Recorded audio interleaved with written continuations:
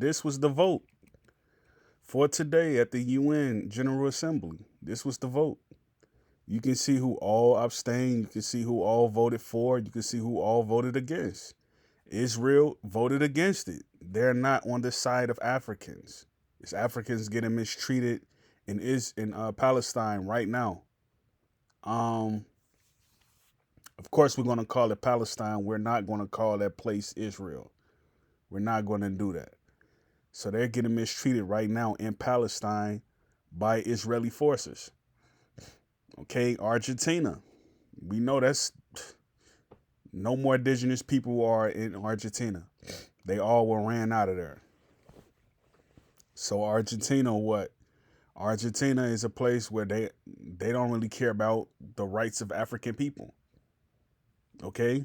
Guess who else who went against it? The United States went against it. But everybody else was for it. So you can see right here, this is the next world war. This is the next world war. This is the next world war right here. This is going to be all the people who are on the side of the people who want to see this resolution come to fruition. And these are the people who are going to be against it in the next world war. It's going to be Israel, Argentina, and United States. Because this is going to be the next thing. This is going to be the next big deal. And I would not be surprised if they were to move Israel into Argentina, because it's losing grip in Palestine right now as we speak, because they're losing the war. Okay. Let's go over here and listen to this guy right here. 18th century and sadly continued even after the 19th. These dates were clearly selected for political reasons rather than historical accuracy. All trafficking of enslaved Africans and racialized chattel enslavement of Africans deserve to be condemned, not merely the political expedient. Also, there are some fake news articles suggesting that the sponsors of this resolution called into question President Trump's support of the Black community. We reject any such suggestions. Indeed, President Trump has done more for Black Americans than any other president and enjoyed historic support from the Black community in the 2024 election. He is working tirelessly to deliver for them and make our country greater than ever. Finally, we must express our deep disappointment regarding the process that led to this text. Throughout drafting, the United States and other delegations offer constructive contributions aimed at aligning the text with the established international legal frameworks. These contributions were ignored. For these reasons, the United States will vote no on this resolution. Thank you. I thank the distinguished representative of the United States. Number of valid ballots. Now, I could remember, right, when I was growing up, right, in Chicago, we did not see white people walking around in our communities. We did not see it. Now, when I moved to Michigan, right, I kept seeing white people in black areas. Then when I went back to Chicago, when I became an adult, I could see white people walking down Halsted. I could see, the white people walking downtown, and they always were downtown, even when I was there, but they were never in our neighborhoods. Now you see Hispanics in our neighborhoods in Chicago and in places like Detroit. But they're saying, right, this is what they're saying, United States. We don't owe black people reparations because historically we didn't do a wrong to them. So if they're saying we didn't do a wrong to them, doesn't that mean that we were already here in America? I just made this point in the short. Like, if we were already here in America, then you didn't do any wrong to us, right? But this is where the wrong comes in, that you came and you stole our government. That's the issue right there. They came and they stole our government. That's the issue right there in hand. So by Ghana pivoting and saying, "Oh, you all, we don't," by Ghana pivoting and saying, "You all owe us reparations," and we had to take it back. That's going to be the next world war. It's going to be Africans against the European powers. You know, that's going to be the next world war. And see, Ghana, all these African countries, right, where it's just Africans, where's the true Africans, you know, the true Africans, all the places where the true Africans are, right? Sudan, I'm talking about South Sudan, right? Ghana, Cameroon, Congo, Chad, all where the true Africans at. They gotta prepare themselves to defeat these people in this war, this next war. They gotta prepare themselves because United States is still belligerent. They don't want to give reparations, but they don't want to repair. They don't want to repair their wrongs. They don't want to repair the people who they took possession of. So if they don't want to do that, what is the next option? It's to take back all the assets that they've been given. You know what I mean? That's the next step. Because when he was saying that, I'm like, so you mean to tell me that you think you all don't owe black people anything? You don't owe black people anything. But here is Donald Trump. He's standing up at a press conference saying that, oh, this is going to be the first Native American in Congress or something like that, right? This is going to be the next Native American in Congress. How many Native Americans came before him? Oh, it was only 3. Like, that's what I don't agree with, right? You still trying to position yourself to say you're the people of the land, but you don't want to correct your wrongs, the historical wrongs. We know how you all are. Even because the only time we see these people is when we have to punch in a clock and go to work. And black people are still trying to figure out, how can we not have to go to work? How can we get our 40 acres and a mule and work the land? That's what they're trying to figure out. And we can do that if we just put our monies together. We can do it, but black people don't want to work together. That's why I think they're gonna have to implement a program where they're just like, we're gonna have to help Africans like who are from abroad, who want to come here and work, who want to come here and join in and get things done, through business deals, whatever it may be, right?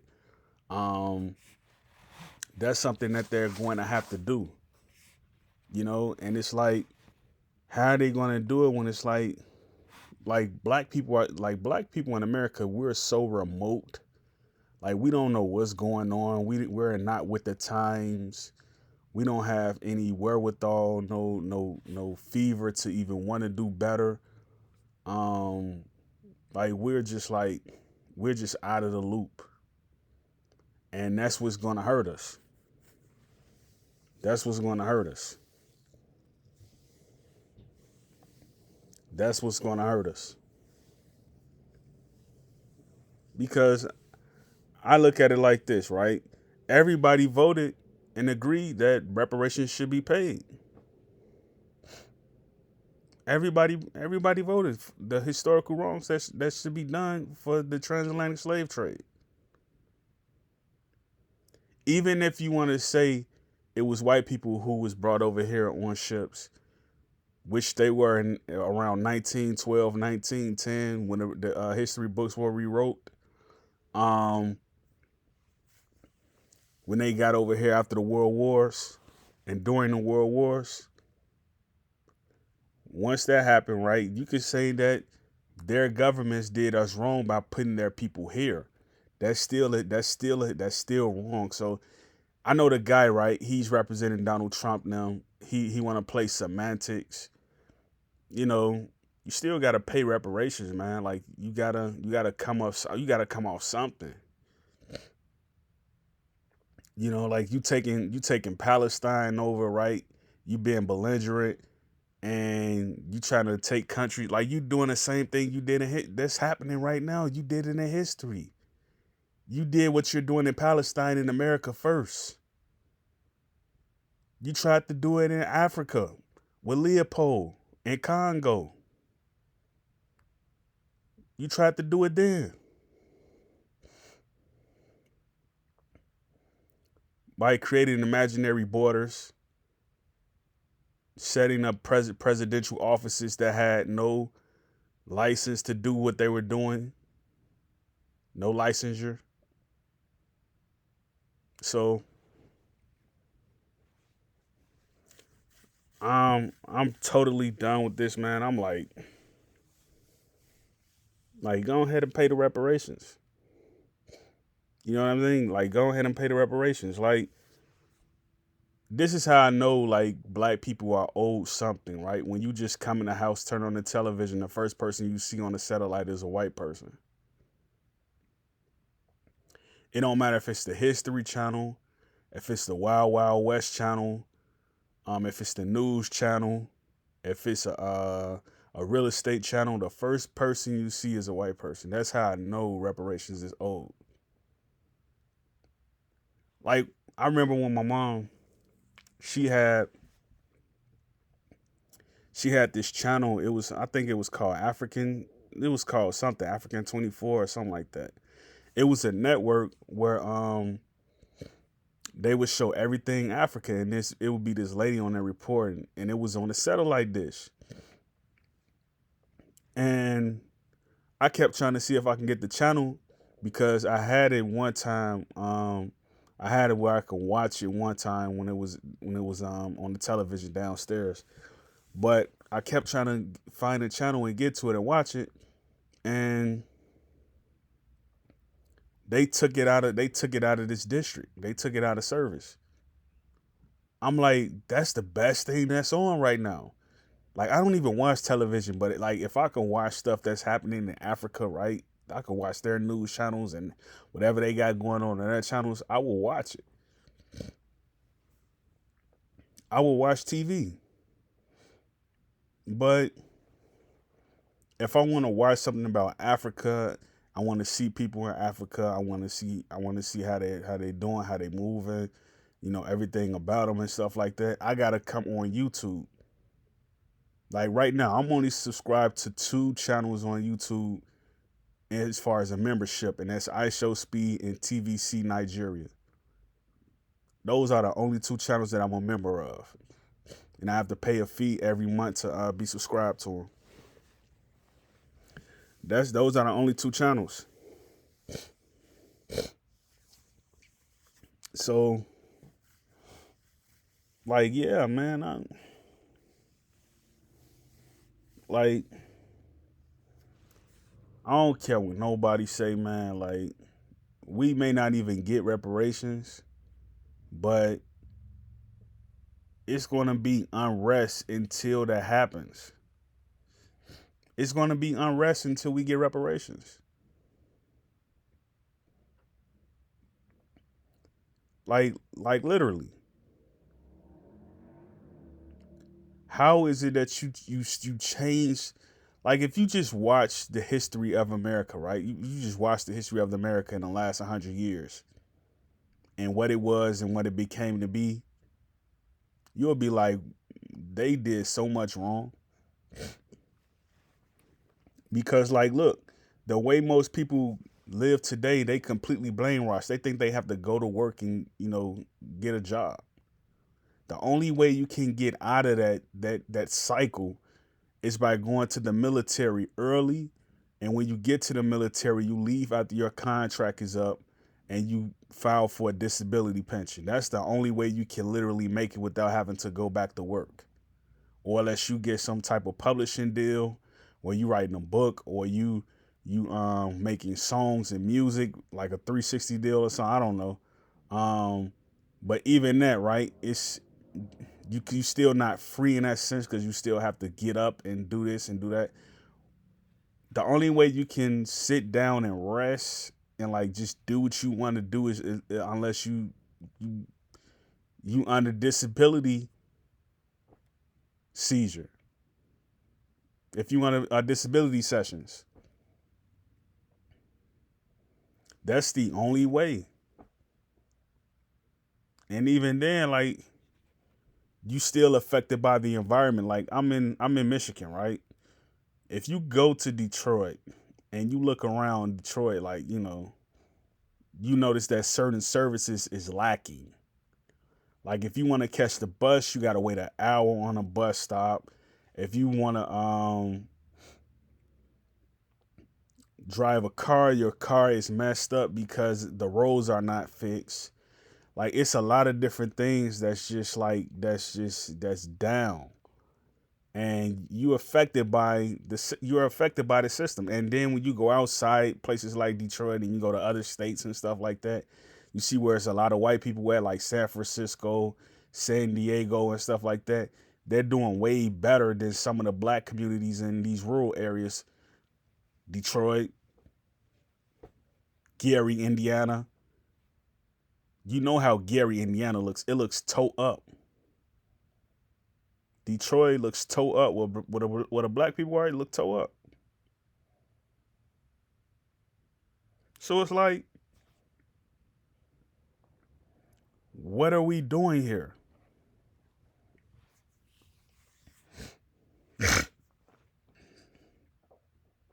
What are we doing here? Like Rwanda, where black people, like Rwanda, that's a black country. It don't look nearly as toe. It don't look nowhere near toe up as some of these cities in America. Like everything they got is standard. They have no pollution on the streets, no plastic pollution, none of that. Their roads are fixed, their roads are clean. Everything is like top standard for them. The men have not been separated from the women. The women have not been separated from the men. The girls have not been separated from the boys. The boys have not been separated from the girls. You go to places like Gary, Indiana, you may see a woman on the street driving a car or whatnot, suspended license, no man around. No man in the driver's seat, no kids in the back seat. She's just driving around. Same thing for the man. You may see him driving around, no woman in the passenger seat, no kids in the back seat, nothing. Which means they've been separated. Not only through education, but economically. They've been separated. And who's the main people that's enforcing these seizures? It's white people. You got to go to the Secretary of State if you want to use a license. You got to go see white people. Who's the secretary of all these places? It's white people.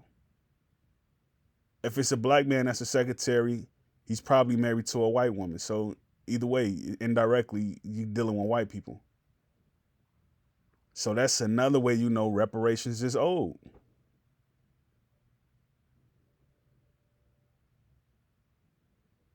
Like literally, if you can't go outside and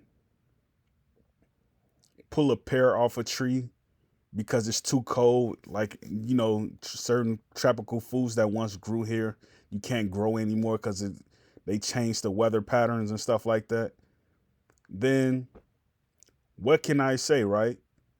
You're owed reparations because your way of life have been affected. That's what you tell them. And it's weird too, right? They did all of this, right, just recently. And I'm sitting here, I'm like, is this because I uploaded that court appearance that I had? Because it's weird, because I had the Sudanese flag in the background or whatnot. And here they are. they voting on reparations and historical justice is done and historical injustice is done. They're voting on it. As soon as I get done with that court meeting, right, and I upload it. So someone must have saw it. Someone must have saw it. And you can see the guy who's sitting there, right? The entire time I'm sitting there and I'm just looking around while I'm talking. He hating the entire time. One of these FBA guys in the courtroom. He hating the entire time because I got the Sudanese flag up. I'm just looking at him tilt his head and do all these body gestures and stuff like that. He hating the entire time. So like either way you look at it, they're gonna have to change the way you think. Cause all these little programs that they got going on to try to fix the problem, like these NGOs and stuff, that stuff is not gonna work long term. Cause black and brown people don't want to be around each other. Black and brown people do not want to be around each other. Most black people want community with Africans. Most brown people do not want community with Africans. It's just that simple. So when you're talking about transatlantic slave trade, this means that there has to be a union between the two continents. This means there has to be free passage. Because I'm looking at it like this. Rwanda talking about, oh, we're removing visa requirements for all African countries. Okay. Does that mean that the people over there can finally come to America now for a better life? Like, even when you think about like creating a community, you got to court women, you got to court men. A lot of the guys, right? What are they doing? They getting passports and going overseas to wherever they go. They getting passports and going over the seas to find women. So if Africa really wants it, they'll start vetting people and finding people right now who can do what they have to do. If Africa really wants it, they'll start sending their people over here, making deals with the United States. You know what I mean? And finding a way to strengthen the black movements. Because brown people, they have no allies right now. As you can see, they have no allies. The only allies they have is domestic terrorist groups like FBA. Brown people have no allies. And Hispanics maybe, but even that, they going against them. Black people, we got ourselves. Black people have themselves.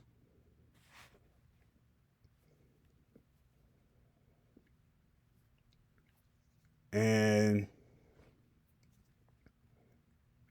we also have allies in some Asian countries. We have allies in Japan. We have allies in Philippines.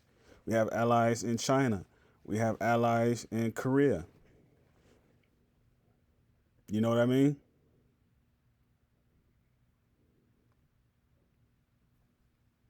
So we got to figure this out. We got to figure this out. And I hate to be the one to burst the bubble, but I'm projecting this right now. I'm projecting it. Donald Trump may have to run a third term. I'm projecting it. he may have to run a third term.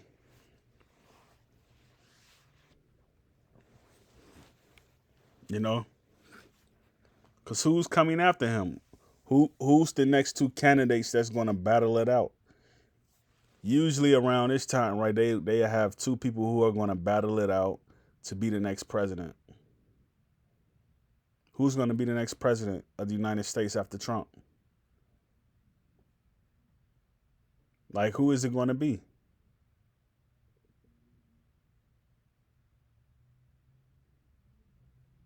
They haven't had no black presidents yet.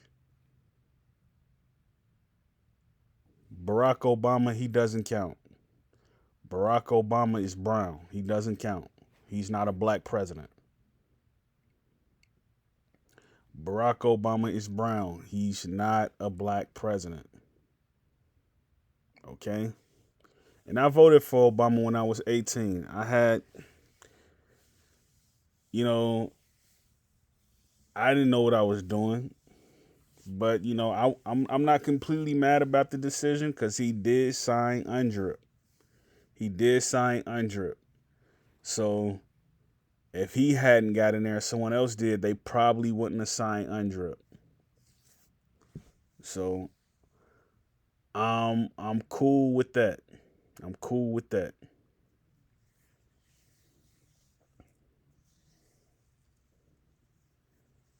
So we'll see what happens, man. We'll see what happens. But I guarantee you, though, the next civil war is going to be between Africans. It's going to be between black and brown. That's going to be the next civil war. And the next world war is going to be between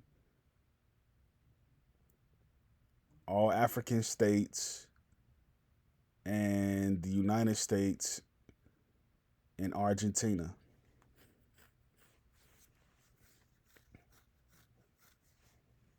I'm telling you now. Great peace, Yakoki.